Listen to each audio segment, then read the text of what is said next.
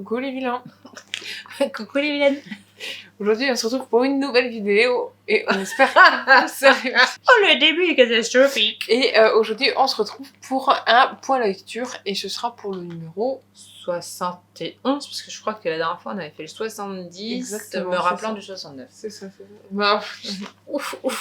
Enfin oui, c'est bien le 71. Du coup aujourd'hui on va vous présenter 4 livres et du coup on va commencer tout de suite. C'est parti.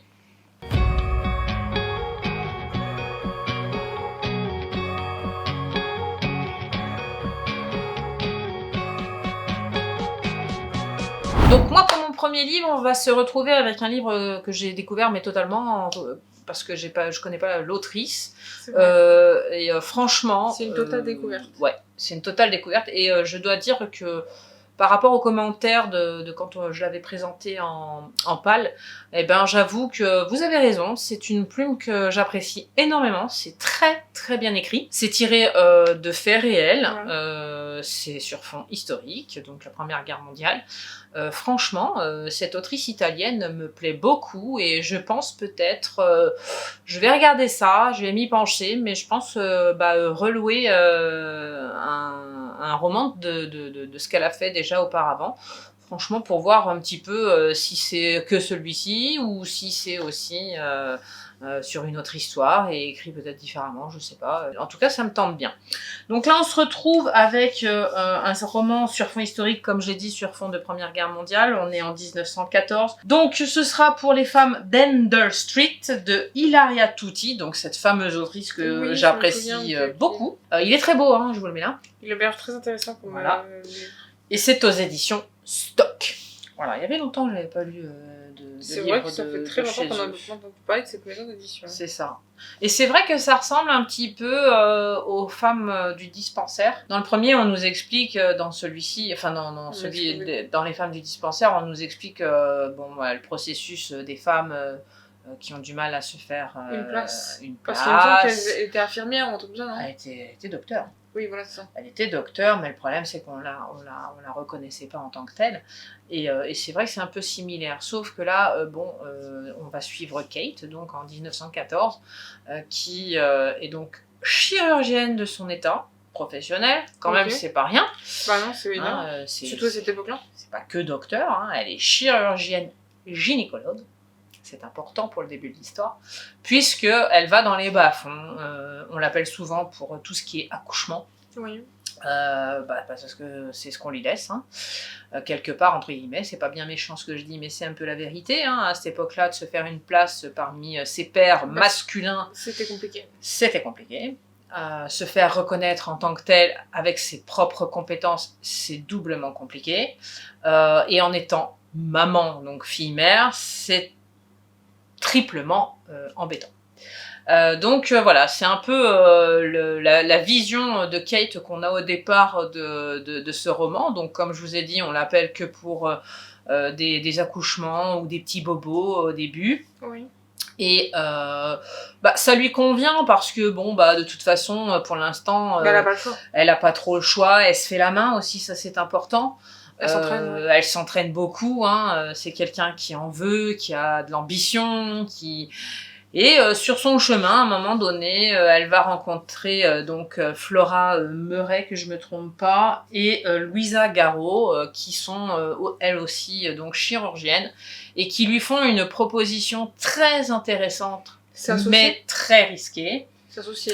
De s'associer à un projet. Ah, okay. Ce projet, c'est une ouverture d'hôpital donc pour les blessés, mais en France. Ok, pendant la guerre. Pendant la Première Guerre mondiale. Donc ça incombe pas mal de petites choses. Ouais. Ça incombe de laisser sa fille. Et oui, surtout si elle est toute seule avec sa fille. Il y a d'autres gens qui se mettent autour, le papa, tout ça, vous me direz, mais je vous explique pas l'histoire de Kate. Ok. Je vous invite à aller la lire. Voilà. Et puis, comme on a certaines réponses au fur et à mesure du roman, je préfère pas tout vous divulguer. Oui, Voilà, donc voilà, elle a une petite fille à gérer, donc ça lui fend le cœur, évidemment, puisque cette proposition est d'une durée de 2 mois. Donc il faut qu'elle trouve quelqu'un de confiance pour s'occuper de la petite. Et puis c'est un risque aussi de pas revenir. De pas revenir, ou alors aussi que ça lui plaise pas, donc ça fait beaucoup de sacrifices pour elle, puis sa clientèle aussi, sur place. Oui, c'est Parce vrai. que mine de rien, même si elle a que des gens non fortunés, on va dire, elle a quand même une certaine réputation. Elle est française. Non. Alors, Kate, elle a une petite particularité, justement, c'est qu'elle a des origines italiennes et on l'appelle la doctoresse italienne. Oui, ok. Voilà, donc c'est son petit surnom dans les bas quartiers, on l'appelle comme ça. Elle parle français. Elle parle français, okay. Elle va être donc amenée à accepter cette proposition que lui font Flora et puis Louisa. Donc elles seront une petite dizaine de femmes comme ça à partir sur le front pour ce fameux hôpital donc créé pour elle. Et la petite particularité de cet hôpital, et c'est pour ça qu'elle accepte et que Louisa et Flora sont très motivées, puisqu'on est quand même autant des suffragettes, etc. Donc pour les droits de la femme, et c'est ce que j'ai beaucoup aimé aussi, c'est la place de la femme dans ce roman, c'est que ce sera un hôpital géré par les femmes. Oui, et entièrement que par des femmes. Et entièrement géré aussi professionnellement parlant par des femmes, c'est-à-dire que ce ne sont que des femmes docteurs. Oui, mais qui auront à leur couple quand même des hommes. Non. Non, c'est que des femmes. Dans un premier temps, mais je vous dirai une petite anecdote sans vous dévoiler quoi que ce soit par rapport à ce que tu viens de dire. Je vais la dire tout de suite. C'est qu'en fait, il y aura cet hôpital et il y en aura un autre, mais je ne dis pas comment ni pourquoi. La particularité, c'est que les hôpitaux gérés par des hommes, avec des hommes à l'intérieur, ne sont pas contrôlés, entre guillemets. Par contre, celui de femmes, comme par hasard, il va être contrôlé. Il sera contrôlé. Tout le temps, oui. Tout le temps. C'est le problème un peu patriarcal, hein, c'est-à-dire que comme on apprécie guère ce changement dans les mœurs, on vient les contrôler pour voir s'il n'y a pas quelque chose à leur reprocher. Oui. Comme ça, on ferme boutique. Oui, oui. Voilà, donc ça c'est la petite anecdote qu'il y a dans le livre, vous verrez. Donc c'est très bien fait, c'est très bien remarqué, c'est pas méchant, mais on voit bien quand même que la jante masculine n'aime pas trop qu'on empiète sur ses plates-bandes, et encore moins avec une vision un peu, je dirais, élevée, je sais pas si je m'exprime bien, mais voilà, chirurgienne, ça a quand même un statut professionnel, on le sait aujourd'hui, hein, c'est quand même beaucoup d'études, c'est quand même des gens qui se défoncent à leur travail, et voilà, oui, ils ont un train de vie, c'est un métier compliqué, voilà, c'est quand même quelque chose. Donc va pour la France, donc Kate se débrouille pour partir. Je vais pas tout vous raconter, hein, mais voilà, c'est déjà en lui-même un périple, hein, elle laisse quand même sa petite fille, loin d'elle, etc., hein, parce que c'est une maman quand même très aimante, qui se pose beaucoup de questions déjà pour l'époque, qui veut le bien de sa petite fille, voilà, elle a beaucoup de mal déjà à la laisser, et voilà, donc ça se passe, elle y va, ça se passe super bien, l'arrivée et tout, sachant quand même qu'on est quand même avec des blessés, donc jusqu'à maintenant, comme je vous l'ai dit tout à l'heure, elle avait affaire donc à beaucoup d'accouchements, beaucoup de tout ça. Là, voilà, on est dans un autre domaine. C'est vraiment... la chirurgie pure et dure. C'est de la chirurgie vraiment pure et dure, et puis sanglante, horrible. Oui, puisqu'elle soigne les blessés, de toute façon. Donc, voilà, elle va soigner que des blessés, c'est pas beau, c'est pas jojo, ça sent pas bon, c'est horrible, c'est... Et la particularité de cet hôpital, c'est qu'on leur refile tout ce qu'on veut pas faire. Ouais, donc tout ce qui est compliqué. Donc, ce qui est compliqué, puis ce qui est peut-être, alors ça va être un peu cru ce que je dis, mais un peu tout ce qui est un peu borderline de la mort, quoi. On vous refile ça, si vous arrivez à les soigner, c'est bien. Si vous le faites, c'est bien. Ouais, voilà, c'est ça. Sinon, c'est pas grave. Ouais, comme par hasard. C'est pas très grave. En fait, s'ils savent que la personne va mourir, ils l'envoient, quoi. Voilà. Et puis, en fait, comme il y a un tri qui se fait sur le front. Il y a plusieurs catégories de sélection. Il y a sûrement le petit bobo, le plus gros bobo et le plus gros bobo. Et oui. En fait, elles ont à peu près les deux derniers. Alors elles, ça les dérange pas parce que de toute façon, un blessé, c'est un blessé. Hein, et elles le font. Oui, bah oui. Le truc, c'est qu'à un moment donné, elles sont pas magiciennes non plus.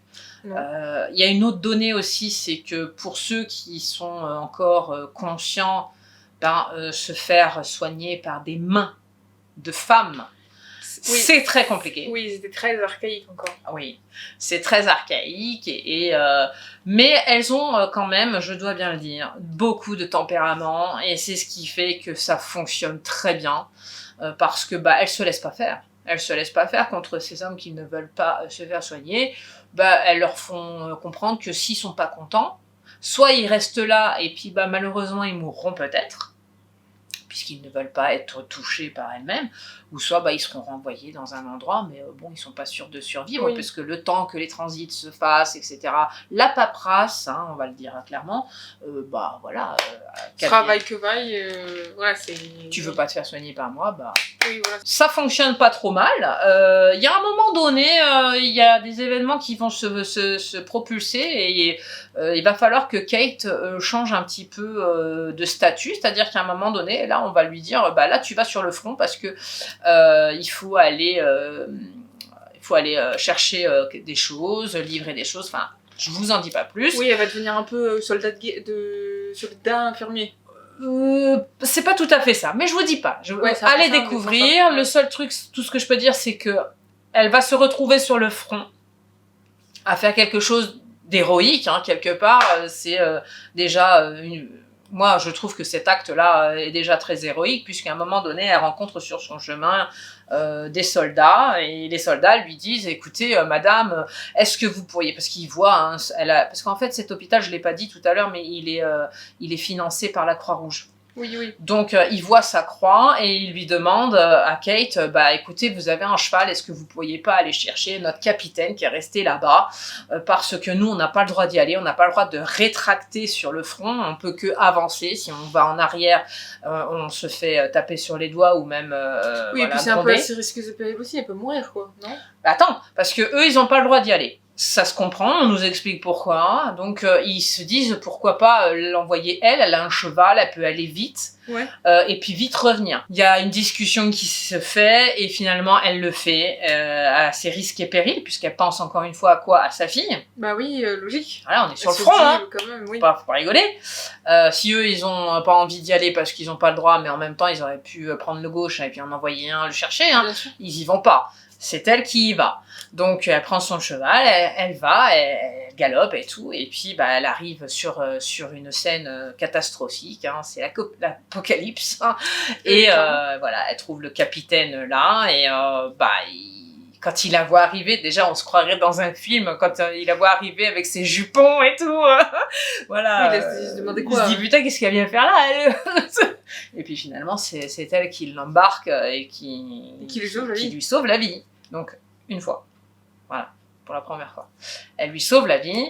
Donc c'est déjà un acte en soi héroïque, moi je dis, parce qu'elle a eu entre guillemets les coucougnettes d'y aller et puis de le ramener. Parce que bon, c'est pas un petit gabarit déjà, de deux, et puis ça reste quand même un homme. Sur place aussi. Ça reste qu'un homme qui se fait soigner par une femme, on en reste là. Donc ce qu'elle a servi aux soldats que je vous ai dit tout à l'heure, elle lui sert aussi à lui, parce que lui, quand il la voit avec ses jupons, il se dit non, mais non. Si tu veux pas mourir, mon pote, il faut que tu me laisses faire.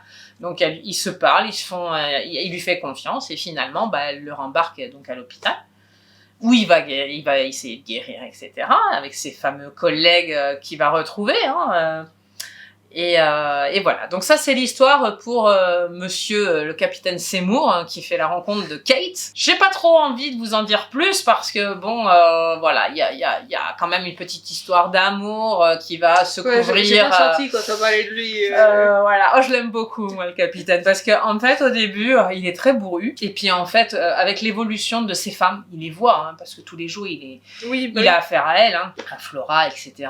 Flora, c'est celle qui mène la barque, c'est celle qui commande bande un petit peu tout le monde dans l'hôpital. Et Flora, elle laisse pas son mot à personne. Elle a de la gueule, hein, comme on dit, et elle se laisse pas faire. Et puis à juste titre, au fur et à mesure, ils voient ce qui se passe autour, ils voient qu'elles ont des mains en or, que elles font tout pour... elles passent des fois des heures à rafistoler ces mecs. Donc il voit de lui-même que voilà, elle passe du temps à le rafistoler et des fois pour rien parce que il y a les infections qui passent après, etc. En tout cas, tout ça c'est super bien expliqué. L'histoire de leur rencontre est très jolie, hein, malgré le front. Malgré tout, oui. Voilà, malgré tout, j'ai adoré leur rencontre un peu périlleuse, je dirais, un peu aussi pas hostile parce qu'il est pas hostile à elle. Il est content quand il la voit en jupon, mais il sait pas trop. Il sait pas trop à quoi il va être. Il comprend pas. Il sait pas trop ce qu'il sait. C'est un peu particulier, ouais, parce que bon, elle sait à quoi s'attendre, qu'il va y avoir un mec à sauver. Voilà, c'est ça. Mais bon, toujours avec cette latence là de se dire putain, il va pas vouloir que je le touche. Donc elle, il y a plein de choses qui rentrent dans sa tête là, avec le fait aussi de penser à sa fille. Et puis lui, il est comme les autres, quoi. Il veut pas qu'on le touche, etc. Mais bon, je vais pas me répéter, donc ça se passe très bien. Et après, il y a d'autres péripéties qui arrivent dans ce roman et qu'on nous explique super bien. Parce qu'il y a un deuxième hôpital qui va se créer parce que Kate va devoir partir puisque les 2 mois sont écoulés au bout d'un moment et donc on va lui proposer autre chose. Alors je vais peut-être pas vous en parler. Non, parce que c'est la deuxième partie du livre. Voilà, c'est une deuxième partie du livre. Sachez quand même que le capitaine, on le voit quand même jusqu'au bout puisqu'il est quand même sacrément abîmé. Je vous dis pas la suite. Ouais, il nous dit pas trop. Je vous dis pas si c'est dû à la première fois ou pas. En tout cas, sachez que j'ai beaucoup aimé quand même leurs interventions à eux deux. C'est un peu chien et chat. Oui, il cherche un peu. Il se percute un petit peu vocalement et c'est très mignon parce que finalement, grâce à tout ça et tout ce qu'il voit, j'en reviens encore à ça, eh ben, il finit par comprendre qu'elles ont une très grosse importance. Et qu'elles ont leur place Et qu'elles ont leur place avec leurs compétences. C'est ça, voilà. Et il le reconnaît, lui, autant que les autres, parce que quand il va y avoir, je vous parlais tout à l'heure des contrôles, ça a une importance parce que quand il va y avoir le premier contrôle, qui est très important parce que sinon c'est fermeture de boutique, hein, et bien ces gars-là vont se mettre pas en scène, mais ils vont intervenir positivement pour elle. Et ça, j'ai trouvé ça, bon, ça fait un peu film romantique, mais j'ai trouvé ça super sympa quand même. Et je pense que ça a dû arriver aussi dans la réalité parce que sinon, on n'aurait pas été t'as dit que c'était inspiré propulsé, voilà. La propulsion n'aurait pas été viable. Bon, il y a un autre intervenant aussi qui arrive, qui est très proche de la reine de l'époque, hein, mais je vous en parle pas, à découvrir aussi, parce que bon, il y a quand même pas mal de petits protagonistes qui arrivent autour d'eux. On les aime tous, plus ou moins. C'est assez sympathique de naviguer parmi eux. J'ai beaucoup aimé la place de la femme que cette autrice a laissée entrouverte. Franchement, j'ai beaucoup aimé ce domaine-là que Kate nous fait voir. Et franchement, voilà, j'ai beaucoup aimé cette histoire dans sa totalité, sur les faits, sur les personnages. Je lui mets 5. J'ai beaucoup aimé l'écriture, c'est très fluide. Ça a été un délice. Vraiment, je t'ai régalé. Oui, je me suis délectée de cette lecture parce que j'ai beaucoup aimé les personnages, mais aussi l'écriture. Franchement, ça m'a énormément plu. Voilà, c'est vraiment un livre qui m'a interpellée. J'ai bien aimé. Donc moi, pour le prochain, je vais vous parler de Mon ami Ben de Julie Armand aux éditions France Loisirs. C'est un livre que j'ai beaucoup aimé lire parce que en fait c'est une histoire très touchante. Parce que en fait déjà il faut savoir que c'est une histoire vrai puisque c'est l'autrice elle-même qui a vécu ça avec son fils. D'accord. Donc c'est quand même très important à souligner et je trouve ça quand même très fort d'en avoir fait un roman. Oui, elle a écrit son histoire peut-être pour témoigner. Exactement. Donc cool. C'est l'histoire en fait d'un petit chat qui se balade un peu dans son jardin, qu'elle nourrit souvent en fait.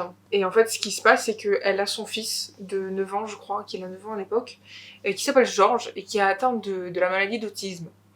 Et en fait un jour ce chat, elle va décider de le rentrer à la maison pour je sais plus trop quelle raison. Et en fait il va débarquer du coup du jardin, il va passer à l'intérieur de la maison, elle va commencer à le nourrir. Elle va commencer à le nourrir. Mais en fait, elle est très portée sur ça, sur les animaux, parce qu'en fait, elle en a des pleins. Et ça lui arrive souvent, en fait, de recueillir un animal et souvent de lui trouver une famille pour la vie, en fait.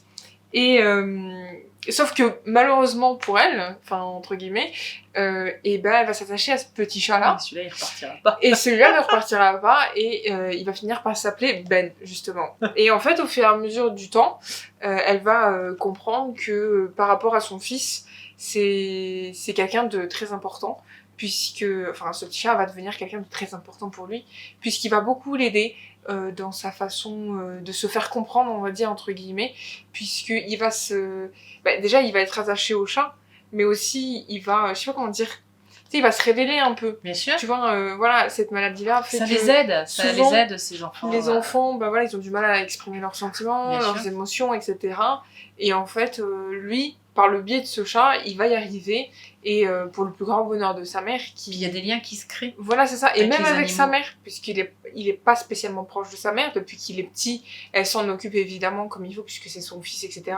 Elle aime son fils plus que tout. Mais il y a une distance entre Mais les il y a deux, toujours. Voilà, c'est ça, il y a une distance entre eux, et en fait, lui, Ben, va réussir à combler, on va dire, ce vide, C'est beau. puisque lui-même, Georges, va réussir à exprimer certains sentiments, comme le mot « je t'aime », qui est très important. Ça, c'est quelque chose de très important pour sa mère, donc pour Julia, qui... En fait, c'est une révélation. Qui ne l'a jamais entendu en fait de la bouche de son fils et qui va finir par l'entendre. C'est tendre. Parce que par le chat, il va faire passer certaines émotions.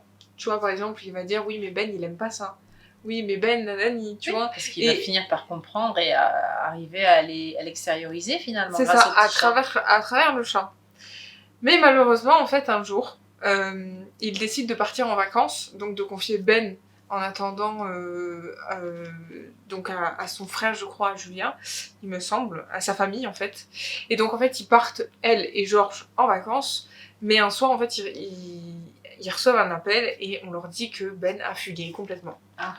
Et donc là, c'est la catastrophe parce que Julien elle se dit que c'est toute la vie de son fils, mais c'est Dieu. aussi son chat, puisqu'elle l'aime plus que tout aussi. Bah oui. Donc là, ni une ni deux, sachant l'importance qu'il a dans sa vie, elle met fin à ses vacances, elle rentre chez elle, Normal. et en fait, elle va tout faire pour le retrouver. Mais quand je vous dis tout faire, c'est-à-dire qu'elle va passer des mois à chercher son chat. Je comprends. Et elle va vraiment tout faire. Et elle va faire tout, mais genre vraiment tout, tu vois. Genre les cimetières, enfin pas les cimetières pour chats, mais genre les dépouilles pour chats, les avis de recherche. Elle va aller même visiter des gens qui l'appelleront pour savoir si c'est pas son chat à elle, par rapport à la description qu'elle aura donnée, bien sûr. etc. Donc vraiment, elle va faire des pieds et des mains, mais elle va vraiment chuter en fait aussi émotionnellement, puisque son fils va aussi chuter complètement. Oui, il y a le manque. Voilà, lui il redevient comme il était avant, il y a plus cette connexion entre eux, ils sont en train de se détacher en plus pour lui faire comprendre qu'il est plus là, mais surtout qu'en fait lui il va lui reprocher le fait qu'elle ait voulu partir et laisser le chat, puisque elle a convaincu son fils de partir et de laisser le chat, puisque lui il voulait pas au début. Donc il va lui en vouloir, et ça en fait ça va lui peser, puisque c'était son chat aussi et qu'elle l'aime plus que tout. C'est une belle histoire. Et c'est une très très belle histoire. Je ne vais pas vous dire s'il retrouve le chat ou non à la fin, sinon ce serait vous spoiler. Mais sachez quand même que c'est une très très belle histoire. Enfin moi j'ai beaucoup apprécié ce fait. Ouais, c'est très touchant en fait. C'est tendre. Puisqu'on traverse vraiment... en fait, étapes. Ce livre il est en 3 parties. La première où on nous explique un peu comment Georges y réagit sans la présence de Ben. Le passage où il est là. Pour nous faire comprendre la différence. Déjà. Exactement. Et le passage où il est plus là. Et en fait, on a donc l'histoire vraiment de Georges et ce chat, mais on a aussi l'histoire du point de vue de Julia, donc de sa mère, et de tout ce qu'elle va faire pour ces deux petits qu'elle aime plus que tout, finalement. Et c'est beau. Et c'est une très belle histoire, parce que ça montre aussi, au-delà de cette maladie, que l'animal de compagnie est quand même un animal très important pour l'humain, finalement. Bien sûr. Je sais que pour nous, par exemple, on est très attachés à nos animaux, et c'est pour nous comme un membre de notre famille. Ah oui. Voilà.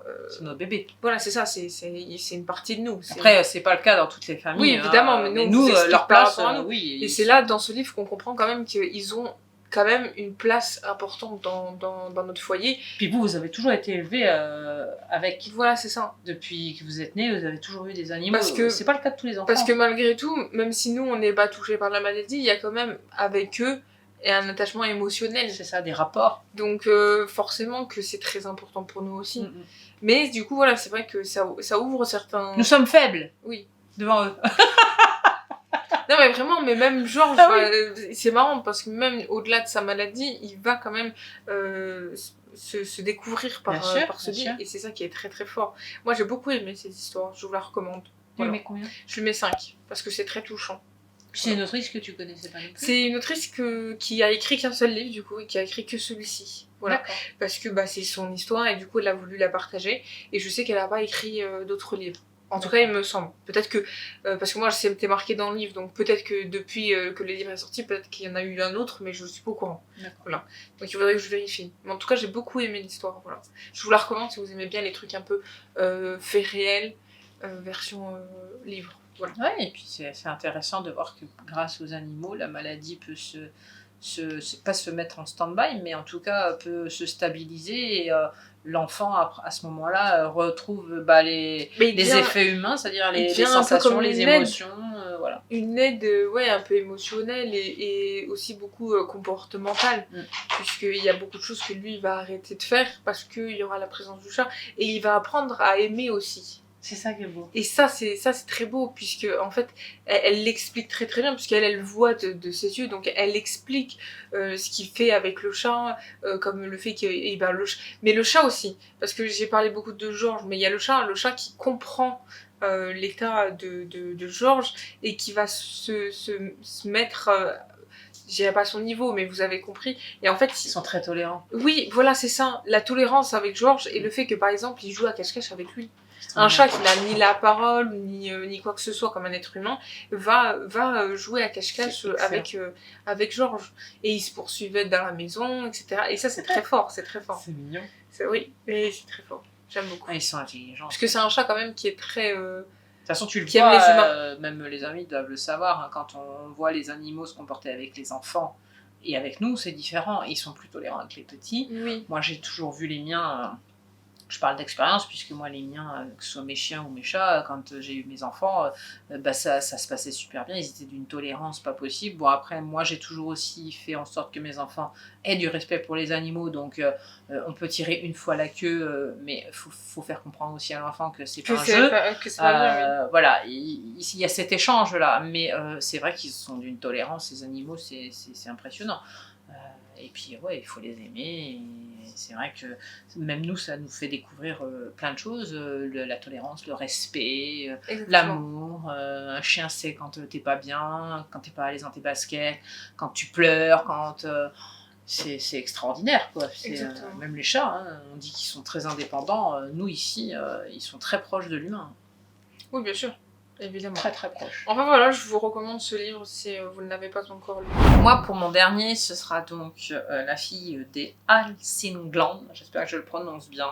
C'est le premier tome de la destinée suédoise, donc de Katarina Wildblom, chez HarperCollins.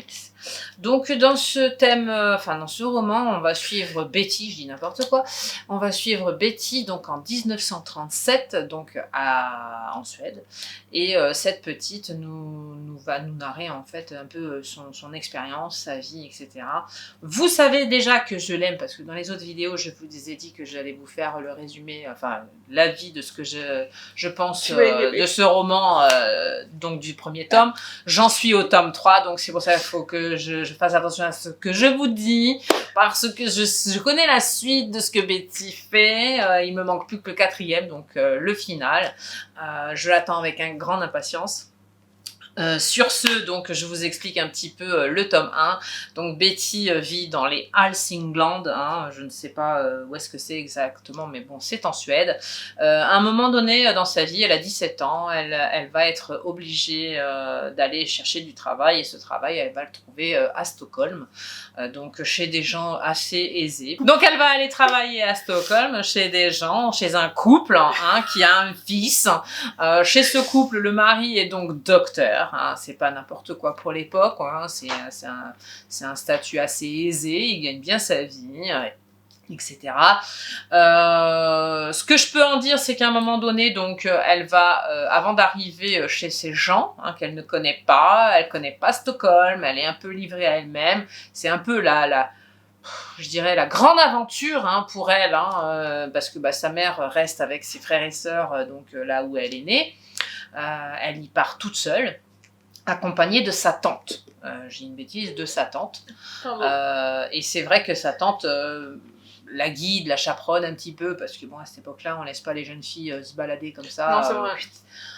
Même si c'est ouais, mais elle est jeune, de basse extraction. T'as dit qu'elle était jeune. Elle a que 17 ans et si vous voulez, dans le train, à un moment donné, dans le même wagon qu'elle, au même endroit, elle commence à parler avec Martin Fischer, qui a le même hobby qu'elle, c'est la lecture. Ok. Donc lui, ça se comprend, puisque par la suite, on apprendra qu'il est professeur de lettres, je crois, de souvenir. Et donc il va lui demander, vu les échanges qu'ils ont eus dans le train, que pour ses prochaines lectures à elle, qu'elle sache qu'il sera bienvenu de lui envoyer donc son avis. Hein. Donc il sera très content d'accueillir son avis sur les livres qu'elle lira ou qu'il lui aura prêté. Je crois qu'il lui en laisse un de souvenir, je ne sais plus. Bref, en tout cas, ils ont le même hobby. Une fois cette rencontre faite, elle arrive donc chez ses nouveaux employeurs, donc ça va pas être une mince affaire, puisque la dame du couple n'est pas très gentille avec elle, elle la surmène, elle est jamais contente, elle a toujours quelque chose à dire.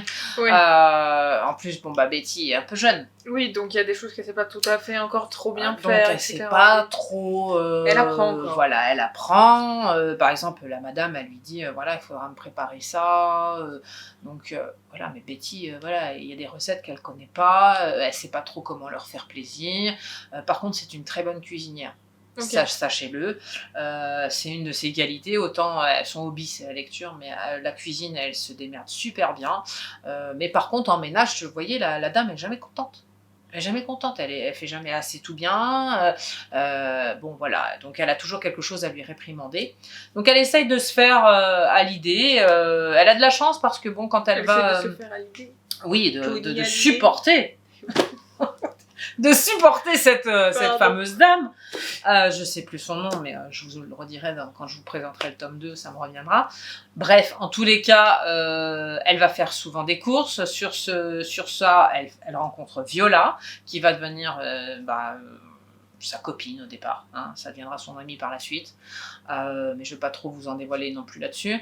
Donc elle rencontrera Viola, qui elle aussi est au service de personnes. Je crois qu'elle est au service d'un journaliste, si mes souvenirs sont bons, Viola. Donc elle se fait sa petite place elle aussi, hein, Viola, et elle gagne bien sa vie parce que les journalistes sont très généreux avec elle. Et elle va soumettre des petits tips, hein, comme on pourrait dire aujourd'hui, à Betty.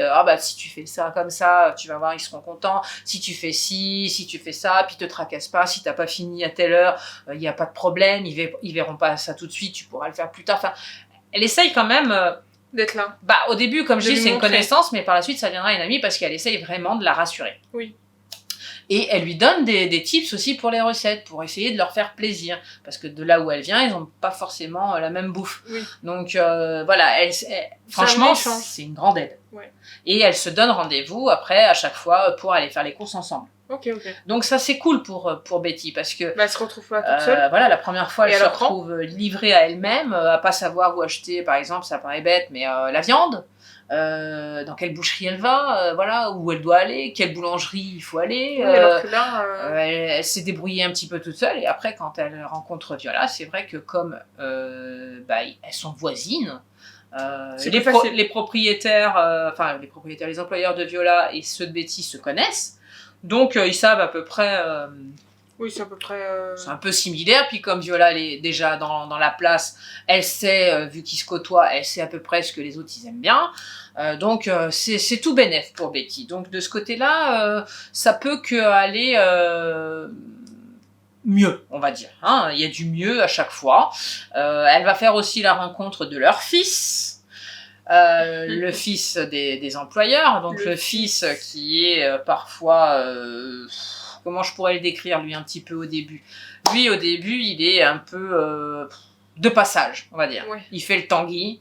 Il est là, sa mère l'adule, c'est sa deuxième merveille du monde, c'est mon fils, voilà, et puis voilà, c'est le seul enfant de la maison, donc ouais, on l'adule. Voilà, il est adulé par sa je mère, il est aimé par sa mère, il n'y a rien de plus beau pour lui. Avec le père, c'est une autre tangente. Le vieux, le daron, il le supporte pas. Avec le papa, ça se passe pas bien. Hein. Le père et fils ne s'entendent pas. Le fils ne supporte pas le père et le père ne supporte pas son fils parce qu'il n'est pas du tout comme lui. C'est-à-dire, il veut pas faire médecine. Il a pas les mêmes influences sexuelles que lui, donc ça le dérange très fortement. Vous comprenez, dans la haute société, déjà ces choses-là, faut pas en parler. Et puis si on le sait, faut pas que ça se voit. Donc voilà, il y a beaucoup de non-dits et quand ils se voient en général, ils se disputent. Voilà. Donc parce que bon, le fils, il est un peu en rébellion contre son père, forcément, puisque il est pas accepté tel qu'il est. Qui est complètement un contraste total avec la mère, hein, évidemment. Donc, tout ce petit monde-là qu'on voit gravir autour de Betty va influencer, vous le comprenez bien, sa vie future. Puisque pour ne pas trop en dire, elle va revoir Martin Fischer du train. Oui, le truc du début. Le fameux Martin. Du début, mais ça je peux peut-être vous le dire parce que bon, c'est dans la continuité et puis ça va être un des moteurs de tous les bouquins aussi, hein, ça va rester. Juste vous dire que voilà, ils vont à un moment donné avoir un rendez-vous, ça va tout super bien se passer, hein, il va rien se passer de sexuellement parlant, ils vont apprendre à se connaître, ils vont se voir souvent et tout, et puis bon à un moment donné, hein, voilà, oui. Bim bam boum. Et ça fait... Problématique. Le problème. Voilà, elle tombe enceinte, forcément. Donc vous comprenez bien qu'une femme de ménage qui tombe enceinte, ça le fait pas, qui est pas mariée. Et donc pour la petite histoire, je vous ai dit tout à l'heure qu'on est en 37. Martin Fischer a des origines juives. Donc voilà, c'est la petite cerise sur le gâteau, c'est que Martin va tout faire pour s'en aller à un moment donné, pour se cacher, etc. Donc il va aller dans d'autres pays, par exemple la France. Ouais, je me suis trompée. Il va même aller jusqu'aux États-Unis parce qu'en fait il va faire un périple pour essayer de s'en sortir avec son frère. Qui est homosexuel aussi, donc lui il est doublement obligé de partir hein, oui. Puisqu'il est et juif et homosexuel, donc ça c'est un côté que j'ai beaucoup aimé parce qu'on en parle très ouvertement dans cette saga. Je trouve que c'est bien, il faut en parler et c'est très intéressant de voir que des personnes comme ça malheureusement ont été obligées de se cacher et de rompre un petit peu avec leur vie, hein, puisque Martin a été quand même obligé de partir. Et aussi avec ce qu'ils sont. Bah oui. Parce que d'une certaine façon, ils sont obligés de renier ce qu'ils sont alors que... Exactement, s'ils renient, ça veut dire qu'ils restent. Oui, voilà, c'est ça. Tu vois, parce que tu peux très bien avoir juste l'homosexualité. Eux, ils ont doublement le truc, c'est que, non pas pour Martin, mais pour son frère Paul, lui, il est homosexuel et il est juif. Et ça, c'est problématique. Il a que des origines en plus, hein, parce que c'est pas direct. Mais bref, ils ont quand même. Donc, lui, c'est plus problématique, mais Martin, lui, il a que des origines. Le truc, c'est qu'il est quand même obligé de partir. Le problème, c'est que ça, c'est un petit bémol que j'ai pas trop aimé. Par contre, alors, autant c'est ouvert sur l'homosexualité, on peut en parler, tout ça, c'est super. Par contre, j'ai pas trop aimé au début ce silence qu'il a avec Betty, c'est-à-dire qu'il ne lui dit pas pourquoi il s'en va. Elle devine. Non, il lui a pas dit au début qu'il avait des origines juives. Ok. Ou alors il lui a suggéré, mais elle, je crois qu'elle était trop naïve pour comprendre, etc. Elle savait pas. Oui, ou alors en fait, ça a été un gros amalgame au début, mais après, même dans ses lettres, il ne lui dit pas. Donc, c'est vrai qu'il tait ce système, il essaye de s'en sortir tout seul. Bon, grossièrement, il a merdé. Hein. Donc, voilà, il a merdé, elle s'est retrouvée enceinte, a assumé mais il va assumer son fils, son enfant. La petite fille, toute seule, elle a tout fait toute seule. Hein, la petite fille, pardon. Donc, elle est dans une merde pas possible. Hein, mais dans ce tome-là, on trouvera une solution. En tout cas, Betty trouvera la solution pour Mais tu s'en ne vas pas sortir. dire laquelle. Mais je ne dirai pas laquelle. Je ne dirai rien.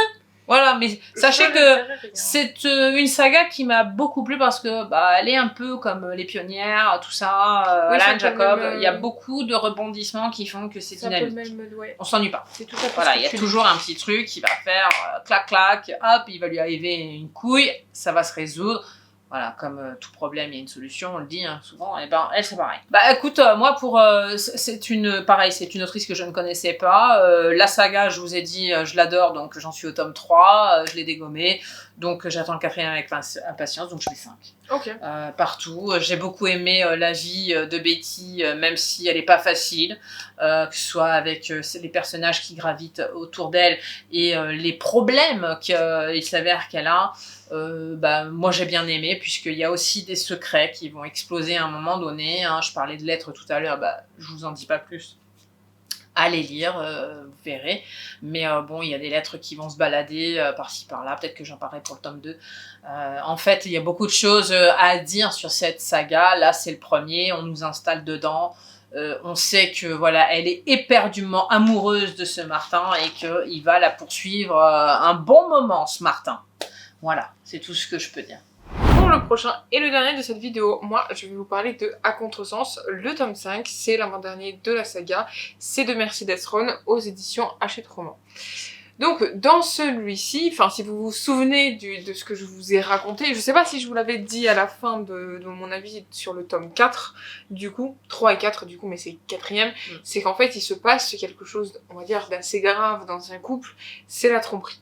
Sauf que la tromperie, pour une fois, dans un roman, ne vient pas du personnage masculin, mais du personnage féminin, puisque Noah... Ça change. En fait, pour la petite anecdote, comme ça, après, je vais pouvoir vous parler du 5e, c'est qu'en fait, elle a pas fait exprès. Grosso modo, je vous dis ça comme ça. C'est un concours de circonstances. En fait, on lui a dit que du coup Nick l'aurait trompé avec c'est la fille avec laquelle il travaille, donc Sophia. Donc quelque part elle s'est vengée, mais pour rien. Parce que soi-disant qu'ils se seraient embrassés, tout ça, machin truc. Ça l'a mis en colère. Et ça l'a mis en colère, et en fait elle a été voir, on va dire, le frère de son pote qui est psy, parce qu'en fait c'est son psy. Sauf que c'est avec ce psy-là qu'elle couche, puisque lui, en fait, il voulait plus qu'être son psy, en fait, il en a profité. Sauf qu'elle, sur l'instant, en fait, et elle nous le dit après, c'est que c'était complètement une erreur, et qu'en fait, elle était tellement mal que, entre guillemets, elle a un peu laissé faire. Oui, elle regrette. Voilà, c'est un regret. C'était pas ce qu'elle voulait, en fait. Sur le moment, elle allait pas bien, donc il fallait que, voilà, ça sorte par quelque part. Sauf que, du coup, lui, à la fin, il l'apprend, et lui dit que c'est fini. Je pense que c'est normal, logique. On ferait tous pareil. Elle aurait fait la même chose si ça avait été elle. Exactement, donc c'est fini, à la fin de ce tome-là, c'est fini. Alors elle lui dit que c'est fini, mais en même temps... Non, c'est lui qui lui dit que c'est fini. Oui, il lui dit que c'est fini, mais en même temps, elle lui rétorque pas que lui, il a peut-être fait la même chose, ou elle le sait déjà que... Non, mais justement, je vais pas tout raconter, mais D'accord. grosso modo, c'est ça, c'est terminé. Et en fait, on commence le 5e justement comme ça, sur le fait que ça fait plus d'1 an qu'ils ne se sont pas vus, que chacun fait sa vie de son côté. Elle n'a toujours pas réussi à l'oublier, puisque c'est quand même quelqu'un qu'elle aime, en fait, finalement, que c'était toujours une erreur dans ce que je viens de vous dire, etc. Et de son côté, à lui, on comprend que en fait, il essaye de surmonter ça à sa façon. Et de se reconstruire. Voilà, et d'essayer de passer à autre chose finalement, parce que, voilà, il ne veut pas se remettre avec une personne comme ça, et il ne veut plus jamais la revoir non plus. Sauf que, il est catégorique, hein. Oui, voilà, c'est normal, je pense que, en tout cas, moi je me mets à sa place, voilà, moi j'aimerais pas que ça m'arrive, ce serait la même chose. Voilà, donc ce serait totalement terminé. Mais malheureusement, en fait, un jour, ils se revoient, parce que, voilà, leur famille, rappelez-vous, leurs parents sont ensemble. Sa mère est avec son père, donc forcément, ils se revoient pour les fêtes de famille, pour ci, pour ça. Même s'ils n'ont pas envie. Exactement, et même pour les trucs un peu, les soirées d'entreprise, puisque son père tient une entreprise, Nick en fait partie aussi, et elle fait partie de la famille, donc il faut qu'elle fasse acte de présence. Donc en fait, ils se revoient là, à cette soirée-là, et je ne sais plus à quelle soirée, à quel moment en famille, on va dire, entre guillemets, il y a le fait qu'il lui dit que voilà, en fait, il sort avec Sophia. Et nous, en fait, on apprend aussi qu'il sort avec elle. Parce que voilà, c'est une fille simple, qui lui demande pas grand-chose. Donc en fait, il lui dit que voilà, il a essayé de tourner la page, quoi. Voilà, Prends c'est ça ça. dans ta figure, Et en ma fait, fille. elle, du coup, elle s'en mord les doigts, et elle est très mal à ce moment-là quand il lui dit que voilà, il l'a, entre guillemets, remplacé, oublié, et qu'il ne veut pas revenir vers elle, que c'est totalement terminé. Et en fait, au fur et à mesure du livre, ce qui se passe, c'est que, il me semble, qu'il y a un mariage. Oui, il y a le mariage de leurs 2 meilleurs amis respectifs. C'est-à-dire elle de sa meilleure amie et lui de son meilleur ami. Donc ils sont obligés de se revoir encore une fois. Mais je crois que d'ailleurs c'est la première fois qu'ils se revoient. Enfin, je ne sais plus. Peu importe. En fait, la vie veut qu'ils se reconnectent quelque part d'une manière ou d'une autre. Voilà, et en fait, lui, quand il la revoit, on comprend que il l'a pas oublié en fait. Que s'il est avec Sophia, que s'il a été voir, qu'il a fait un peu par ses parcours pendant plus d'1 an, il l'aime toujours finalement un petit peu, mais il a quand même ce truc tout au long du livre, en tout cas, de se dire qu'il ne veut plus être avec elle, puisque au vu de ce qui s'est passé, voilà, il a donné assez, et que ben voilà, elle l'a fait souffrir d'une certaine façon. Oui, voilà. Il ne veut pas souffrir. Exactement. Et il l'aime, mais il ne veut pas souffrir. Et elle, en fait, elle rencontre donc je sais plus qui c'est, je crois que c'est le frère de quelqu'un, mais je ne sais plus qui. Et en fait, qui est très gentil, qui va devenir un peu son amie, en fait, puisque en fait, elle se retrouve souvent à ces événements un peu toute seule, donc finalement, c'est elle c'est lui qu'elle va voir, avec lequel elle va rester, etc., etc. Et on sent quand même, au fur et à mesure du livre, que Nick commence à ne pas apprécier ça. Il est jaloux. Bah oui, parce que techniquement, en fait, il va l'avoir de plus en plus avec lui, alors que ça va l'énerver. Exactement, ça va commencer à l'énerver. Et en fait, on a un peu ce retournement dans le 5e de situation, dans le sens où en fait, c'était elle qui courait un peu après lui. Parce qu'en fait, elle a été, que ce soit au mariage, au soir, etc. Oui, elle a essayé de revenir vers lui, de lui faire comprendre que voilà, c'était une erreur, que en fait, elle l'aime toujours, etc. Et que lui, il voulait pas. Et en fait, du moment où il lui a dit qu'en fait, il était avec Sophia, et que ça s'est entendu de partout parce qu'il a fallu généraliser l'affaire, puisque voilà, c'est des personnes influentes. Peut-être qu'elle, ça l'a libérée, c'est peut-être pour ça qu'elle a essayé d'être amie avec l'autre jeune homme dont tu parles. Non, c'était vraiment par amitié, et puis voilà. Oui, mais ça l'a libérée du fait que bon, du coup, il est pris, voilà. Et ouais, mais ça lui fait du mal. Et en fait, le truc, c'est que dans la deuxième partie du livre, justement, ce rôle-là s'inverse un peu. C'est-à-dire qu'en fait, on comprend que lui, il commence à revenir vers elle, puisqu'il la voit souvent avec lui. Il y a des problèmes dans sa vie qui fait qu'en fait, il sent qu'il a besoin d'elle. Et en fait, sauf que elle, ça l'a un peu refroidi le fait qu'il est avec Sophia. Voilà. Donc, ça va poser problème. Voilà. Et dans la fin de ce tome-là, du coup, ils ne sont toujours pas ensemble. Voilà, je dois le dire. Et parce qu'elle va avoir certaines réticences. Pourquoi d'un seul coup il se réveille, entre guillemets, voilà, il l'a rejeté, il est avec quelqu'un. Elle finit par apprécier. Ah, mais oui, voilà, c'est ça que j'avais oublié. Parce qu'après cet ami-là, qu'elle ne revoit plus, il y a celui de l'entreprise pour lequel elle va travailler. Et qui s'avère être l'entreprise de Nick, puisqu'il est en collaboration avec la personne qui l'a employé. Mais c'est comme fait du mal. Non mais attends, Nick, comme il a plus de parts dans l'entreprise, il est considéré un peu comme le chef par rapport à l'autre qui a un pourcentage beaucoup plus faible. Et donc, c'est l'entreprise de son père. Et donc en fait lui, et c'est là où on comprend qu'il a quand même quelque chose encore pour elle, c'est quand il annonce dans l'entreprise que il n'y a pas le droit d'avoir des relations avec les employés. MDR. pour que elle ne le fasse pas, parce que du coup elle essaye avec cet homme-là de construire quelque chose, enfin d'essayer d'oublier Nick et de voir si l'herbe est pas plus verte ailleurs, en fait. Enfin bon, il exagère, il a quand même eu une relation avec elle. Donc pas dans l'entreprise, c'est gentil. Non mais déjà ça, et puis même il est avec quelqu'un. Bah oui. C'est-à-dire qu'à un moment donné, on a cette confrontation où elle est avec ce monsieur, je ne sais plus son prénom. Oui, mais Sophia fait partie de l'entreprise et aussi. Sophia et lui. Parce qu'ils se revoient en fait, et en fait il y a une confrontation en fait. Ils se voient. Donc il va se passer un problème. Tu vois, et je pense que c'est ça dans le final qui va se passer. Vont-ils finir ensemble? Je sais pas. Est-ce que t'as aimé la suite du coup? Parce que c'est quand même le 5e, il y a eu quand même 4 autres avant. Est-ce que dans la continuité... alors c'est peut-être méchant ce que je veux dire, mais je trouve que celui-ci c'était celui qui rebondissait un peu plus. C'est-à-dire qu'on attendait vraiment ce truc où l'autre il... Voilà, celui qui t'a le plus plu ou il y en a alors, d'autres le plus non, je pense qu'ils sont tous au même niveau, mais celui que j'ai lu le plus rapidement, ouais, ce sera celui-ci.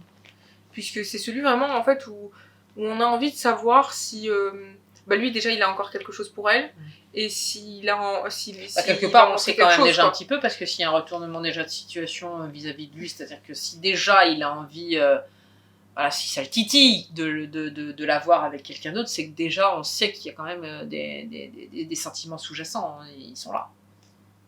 Donc peut-être que dans le 6, ça va se dénouer tout ça. Voilà. Mais techniquement, ils sont tous les deux.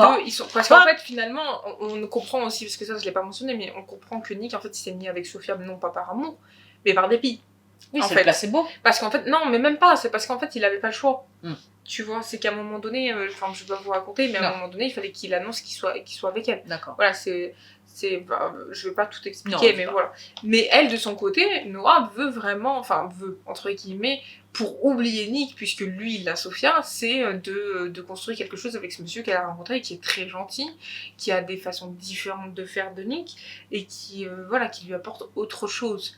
Mais est-ce que... je vais pas vous dire, en fait. Et alors, ça t'a plu alors, du coup ? Je lui mets 5 parce que c'est celui que j'ai lu le plus rapidement et que j'ai bien aimé, et que du coup, j'ai très envie de découvrir le 6ème, voilà, et pour finir cette saga.